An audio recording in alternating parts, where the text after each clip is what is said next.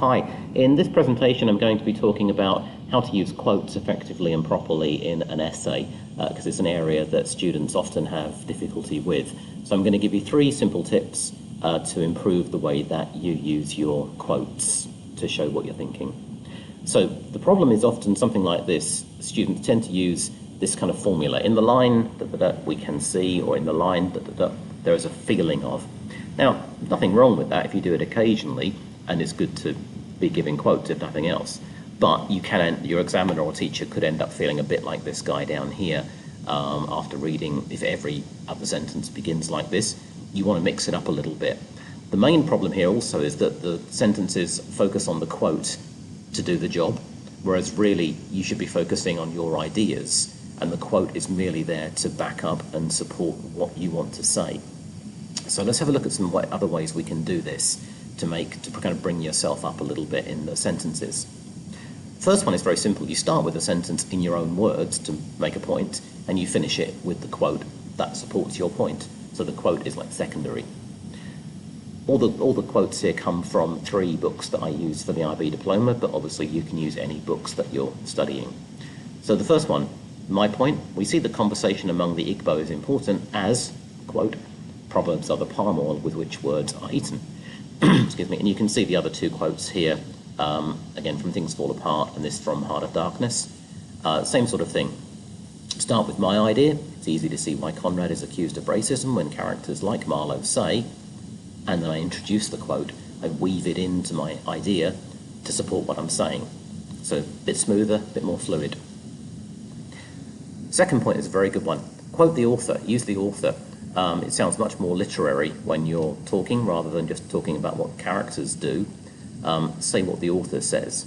So a couple of examples here. As Achebe writes, and then long quote.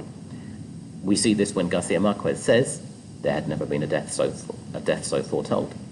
And then Conrad suggests his contempt for colonialism when he describes it as flabby, pretending, weak-eyed devil of a rapacious and pitiless folly.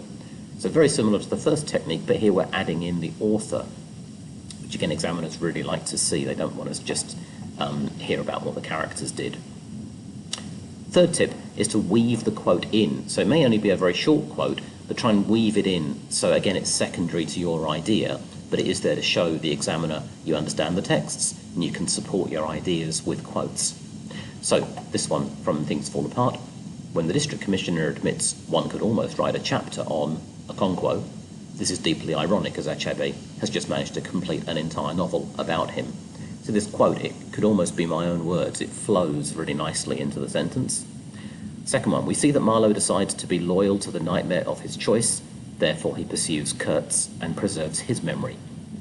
Again, loyal to the nightmare, weaved in quite nicely, nice and smooth, and it shows that you have a good in-depth knowledge of the text. And again, final quote there from Chronicle of a Death Foretold. So those are the 3 main ways to introduce your quotes and make them effective. Lastly, remember that quotes are good, but so is paraphrasing. You don't have to remember hundreds and hundreds of quotes all the way through. Paraphrasing is summing up an event or an incident or an idea that happened in the text, but you don't have to use the exact words. So for example, here when Conrad shows us the doctor measuring the patient's head to look for internal changes, it's one of many pointless gestures. So I'm showing that I've got details that I can pick up from the text, but I don't have to quote exactly all the time. The main thing is to quote often to support all of your points. Okay, a few bonus tips. In general, don't start a sentence with a quote because it forces the reader to play catch up and try and figure out where you're going. Introduce the quote and then give it. Talk about the author as much as possible. Call them by their name where you can as well, not the author. Use their full name the first time you mention them and then just their surname after that.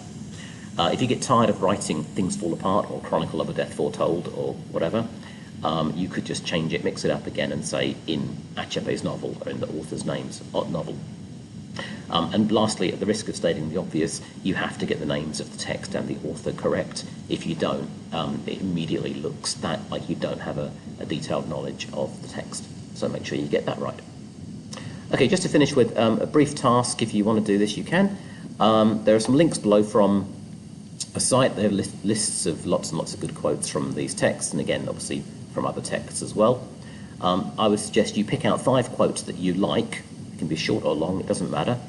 And then write about them in the 3 ways we described earlier, starting a sentence with your words and finishing it with the quote, quoting the author, or weaving the quote into the actual middle of your sentence.